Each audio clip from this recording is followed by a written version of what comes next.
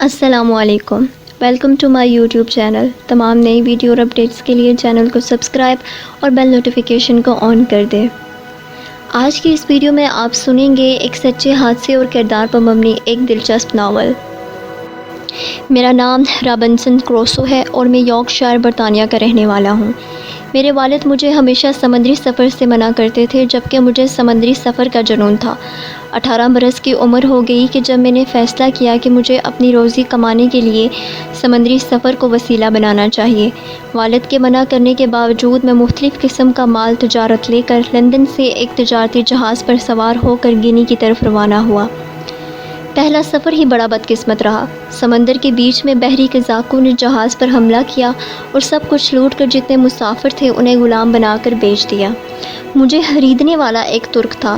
2 سال تک میں اس کی غلامی کرتا رہا، پھر اپنے ایک غلام ساتھی کے ساتھ فرار کا منصوبہ بنایا۔ اس بیچارے کو بھی سمندری لہریں بہا کر لے گئی۔ میں نے کئی خطرات کا سامنا کیا۔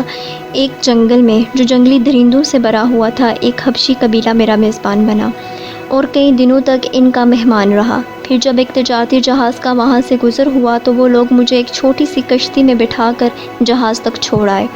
جہاز کا کپتان بڑا اچھا اور مہربان انسان تھا۔ اس نے مجھے جہاز میں بٹھایا اور میری ضرورتیں پوری کی اور کرایہ لیے بغیر مجھے برازیل پہنچا دیا۔ میں نے کئی ماہ وہاں مزدوری کی، پیسہ جمع کیا اور کچھ سامان خریدنے کے بعد لندن روانہ ہوا۔ یہ سامان لندن میں اچھے داموں بک گیا تھا۔ اگرچہ میں اس بحری سفر میں مرتے مرتے بچا تھا اور غلام تک بنا لیا گیا تھا، لیکن میرے دل سے سمندری سفر کا شوق نہ نکلا۔ دل میں بھی بات سما گئی کہ پھر سفر کرنا ہے اور قسمت آزمانی ہے۔ یوں پھر سے سامانی تجارت خریدا اور ایک بار پھر سمندری جہاز پر سوار ہو کر برازیل کی طرف روانہ ہوا۔ ہمارا یہ جہاز 120 ٹن وزنی تھا۔ 6 توپیں اس پر نصب تھیں۔ 20 سے زائد آدمی اس پر کام کرتے تھے۔ گرم مسالے اور کپاس سے لدا جہاز اپنی منزل کی طرف بڑھ رہا تھا کہ موسلادھار بارش شروع ہوئی اور جہاز سمندری طوفان میں یوں ڈھولنے لگا جیسے کوئی کھلونا ہو۔ جہاز کا کپتان تجربہ کار آدمی تھا، لیکن زبردست طوفان کے سامنے کیا کر سکتا تھا، جو ختم ہونے کا نام ہی نہیں لے رہا تھا، اور جہاز کی قسمت خراب تھی کہ اس کا رخ سمندر میں ابھری چٹانوں کی طرف ہو گیا۔ لنگر ٹوٹ گیا۔ کوئی اور تو کیا، خود کپتان تک کو معلوم نہیں تھا کہ جہاز کس طرف جا رہا ہے۔ سامنے بڑی بڑی چٹانیں دکھائی دے رہی تھی اور ہوائیں اتنی طاقتور تھی کہ انہوں نے جہاز کو دھکیل کر ان نوکیلی چٹانوں سے ٹکرا دیا۔ ایک زبردست دھماکہ ہوا، جہاز کے 2 ٹکڑے ہو گئے۔ میں اپنے آپ کو کسی مبالغے کے بغیر بڑا ماہر تیراک سمجھتا ہوں، لیکن میں اس وقت بکھرے ہوئے سمندر کی لہروں میں ڈوب رہا تھا۔ میں نے ہمت نہیں ہاری۔ جوان تھا، تنومند تھا، اسی لیے میں تیرتا ہوا ان چٹانوں سے نکلنے میں کامیاب ہو گیا۔ پھر جو کچھ میں نے دیکھا وہ انتہائی خوفناک تھا۔ کپتان کا سر پھٹا ہوا تھا اور اس کی لاش میرے سامنے بہہ رہی تھی۔ جہاز کے کئی اور ملازموں کی لاشیں بھی بہتی ہوئی میرے قریب سے گزری۔ آس پاس بہت سی چیزیں بہہ رہی تھیں، ان میں سے ایک چھوٹی سی کشتی بھی تھی۔ پوری طاقت سے کام لیتے ہوئے میں کسی نہ کسی طرح اس کشتی تک پہنچا۔ کشتی میں اپنے آپ کو گرانے کے بعد میں گویا بے ہوش ہونے لگا۔ میرا پیٹ سمندر کے کڑوے پانی سے بھر گیا تھا۔ الٹا لیٹا تو پانی پیٹ سے نکلنے لگا۔ پھر یکدم طوفان کا زور ٹوٹ گیا۔ یوں لگتا تھا کہ طوفان کا مقصد یہ تھا کہ جہاز ٹوٹ جائے، کپتان اور دوسرے لوگ ہلاک ہو جائیں۔ اب ہوا کی تیزی بھی کم ہو گئی تھی اور بارش بھی ہلکی ہو گئی تھی۔ جہاز چٹانوں میں پھنسا ہچکولے کھا رہا تھا۔ میں نے دیکھا کہ میری کشتی کے پیچھے ساحل ہے، جس کے اونچے اونچے درخت صاف دکھائی دے رہے تھے۔ قدرت مجھ پر مہربان تھی۔ ایک زبردست پانی کی لہر نے میری کشتی کو اچھالا اور ساحل کی ریت پر لا پھینکا۔ میں بہت دیر تک وہاں ریت پر لیٹا رہا۔ ہلکی بارش میرے جسم پر برستی رہی۔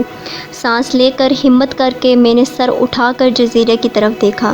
یہ ایک انوکھا جزیرہ تھا۔ درخت کم تھے، اونچی چٹانیں دکھائی دے رہی تھیں۔ 2-2.5 فرلانگ کے فاصلے پر سمندر میں جہاز 2 ٹکڑے ہو کر چٹانوں میں پھنسا ہوا تھا۔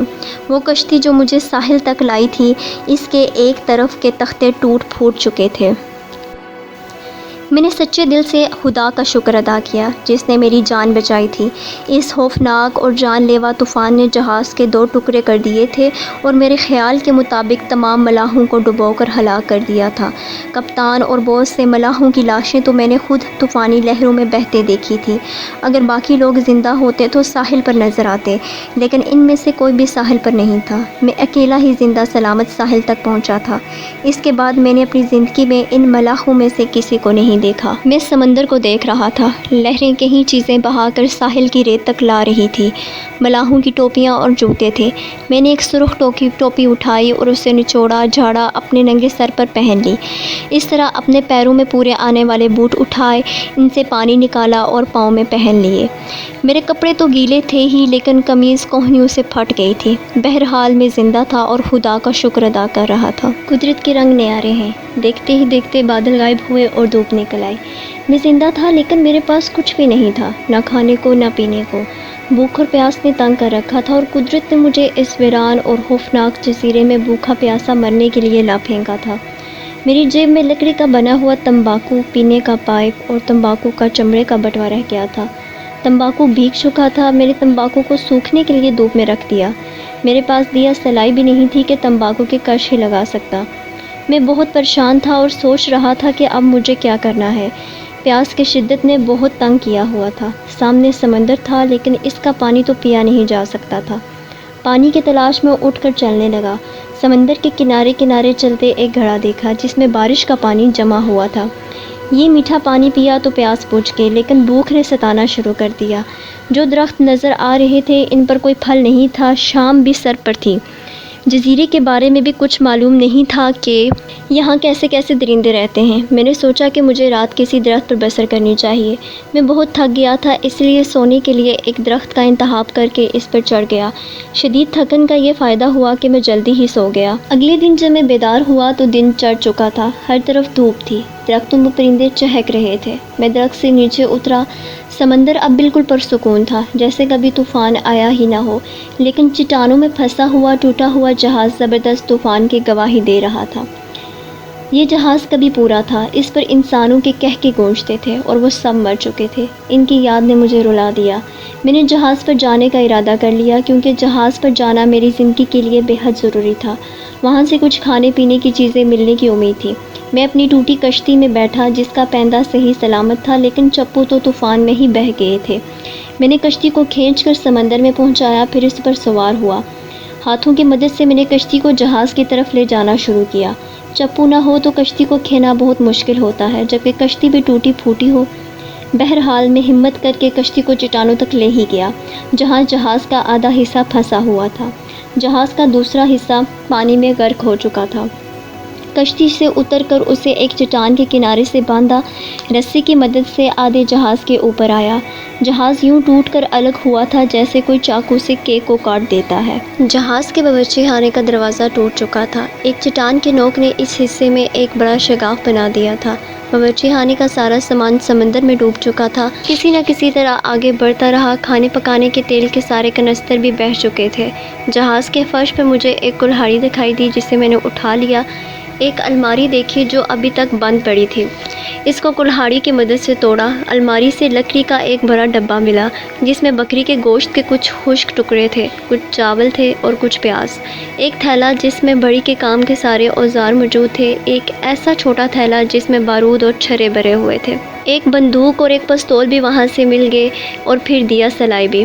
اس سارے سامان کو ایک بوری میں ڈال کر کندھے پر اٹھایا، کشتی میں رکھا اور پھر کشتی کو جزیرے کے ساحل تک لے آیا۔ وہ درخت جس پر میں نے رات بسر کی تھی، اس کے ساتھ اس بوری کو لٹکا دیا۔ خشک گوشت کے کچھ ٹکڑے پیاز سے کھائے، آگ جلا کر اپنے کپڑے خشک کیے۔ پائپ میں تمباکو ڈالا اور کش لگانے لگا۔ پھر پستول میں بارود بھر کر جزیرے کا چکر لگانے چل دیا۔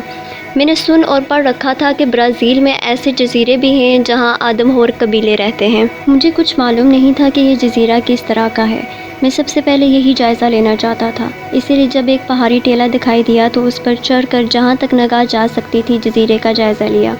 افسوس میں ایک ایسے جزیرے میں آ گیا تھا جو چھوٹا تھا اور اسے چاروں طرف سے سمندر نے اپنے گھیرے میں لے رکھا تھا۔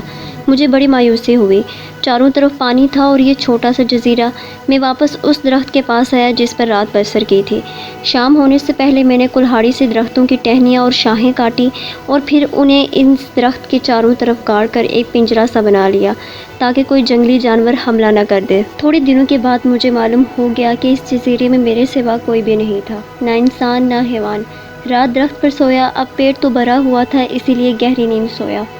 دوسرے دن پھر اٹھا، کشتی میں بیٹھا اور ٹوٹے ہوئے جہاز کا رخ کیا۔ اب تک یہ حقیقت معلوم ہو چکی تھی کہ یہ جزیرہ دنیا سے الگ تھلگ ہے اور عام تجارتی راستوں سے ہٹا ہوا ہے۔ جانے اب کب تک مجھے وہاں اکیلا رہنا تھا، اسی لیے میں سمجھتا تھا کہ جہاز سے جو بھی کام کی چیزیں مل جائیں اسے جزیرے پر لے آؤں۔ اس دوسرے پھیرے میں جو چیزیں میرے ہاتھ لگیں ان کی تفصیل یوں ہے۔ سونے کے 36 پاؤنڈ، 8 جوڑے قمیض اور پتلون کے، یہ بیچارے ملاحوں کے تھے جو سمندر میں غرق ہو چکے تھے۔ گندم کا ایک تھیلا، رسی کا ایک بنڈل، دیا سلائی کا بڑا باکس، دوربین، چکماک پتھر، پانی پینے کے مگ، تھالیاں اور کیتلی، ترپال۔ یہ سب سامان میں نے شاہوں اور ٹہنیوں سے بنے ہوئے پنجرے میں رکھ دیا جو اس درخت کے نیچے بنایا تھا جہاں میں رات کو سوتا تھا۔ میں نے اس رات درخت پر بسیرا نہیں کیا بلکہ نیچے درخت کے پاس سویا، کیونکہ ان راتوں میں جو میں نے گزاری تھی میں نے کسی درندے یا حیوان کی آواز نہیں سنی تھی۔ یہاں جزیرے میں جو پرندے تھے وہ بھی سارا دن دکھائی نہیں دیتے تھے، صبح اڑ جاتے اور شام آ کر درختوں پر بسیرا کرتے تھے۔ اس شام پھر تیز سمندری ہوا چلنے لگی۔ جب میں سویا تو ہوا چل رہی تھی۔ جب صبح آنکھ کھلی تو میں نے چٹانوں میں پھنسے ہوئے جہاز کی طرف دیکھا تو وہ جہاز کا وہ ٹوٹا ہوا حصہ جو ان چٹانوں میں پھنسا ہوا تھا وہ بھی ہواؤں کی یلغار نے توڑ پھوڑ کر غائب کر دیا تھا۔ جہاز کے ٹکڑے اور تختے جو پانی میں بہہ رہے تھے میں نے جمع کر لیے۔